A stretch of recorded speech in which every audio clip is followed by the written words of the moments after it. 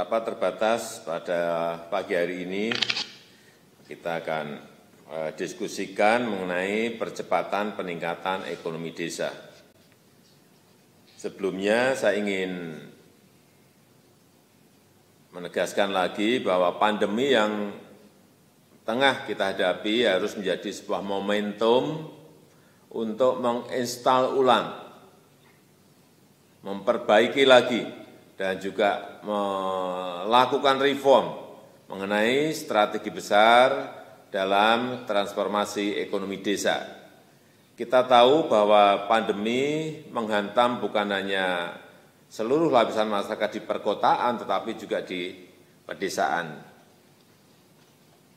Dan ketika terjadi krisis ekonomi di perkotaan, maka desa menjadi penyangga, menjadi buffer. Karena terjadinya arus balik perpindahan penduduk dari kota ke desa.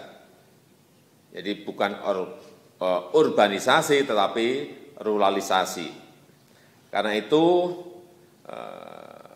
ada beberapa hal yang saya minta untuk menjadi perhatian.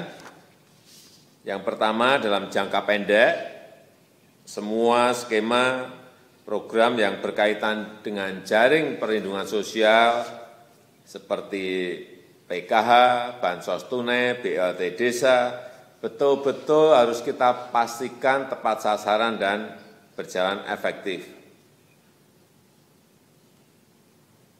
Dan pastikan itu diterima oleh masyarakat di desa yang terdampak COVID dan yang sangat membutuhkan. Begitu juga dengan pelaksanaan padat karya tunai yang ada di desa ini betul-betul harus dikawal sehingga bisa mengurangi beban masyarakat desa yang kehilangan pekerjaan, kesulitan mencari kerja, ataupun yang berasal dari keluarga yang tidak mampu di desa. Yang kedua, gunakan momentum saat ini untuk mengintegrasikan, mengkonsolidasikan program penanggulangan kemiskinan dan konsolidasikan dengan program peningkatan ekonomi desa. Jadi saya minta semua kementerian jangan membuat program sendiri-sendiri yang lepas-lepas, tidak terintegrasi, tidak terpadu. Sehingga outcome-nya, hasilnya tidak terlihat. Ini harus terintegrasi betul.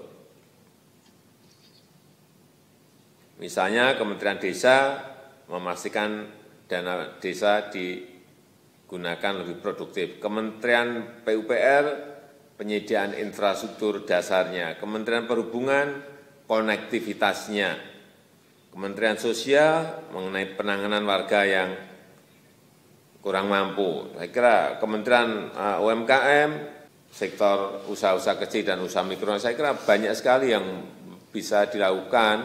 Tetapi kalau tidak terintegrasi, lepas-lepas ini akan hasilnya akan tidak kelihatan. Oleh sebab itu, semuanya dijalankan dalam strategi besar yang solid dan terintegrasi. Yang ketiga, memperkuat daya ungkit ekonomi desa. Setiap desa perlu mengembangkan potensi desanya, potensi lokalnya, baik yang berkaitan dengan pertanian, baik yang berkaitan dengan wisata desa, baik yang berkaitan dengan industri yang ada di desa.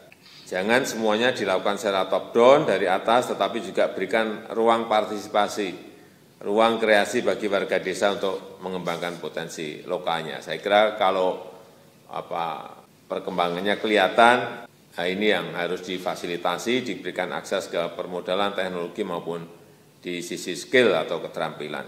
Dan juga didorong kerjasama antar desa agar bisa masuk ke supply chain yang lebih luas sehingga pelaku usaha di desa bisa upscaling, bisa naik kelas.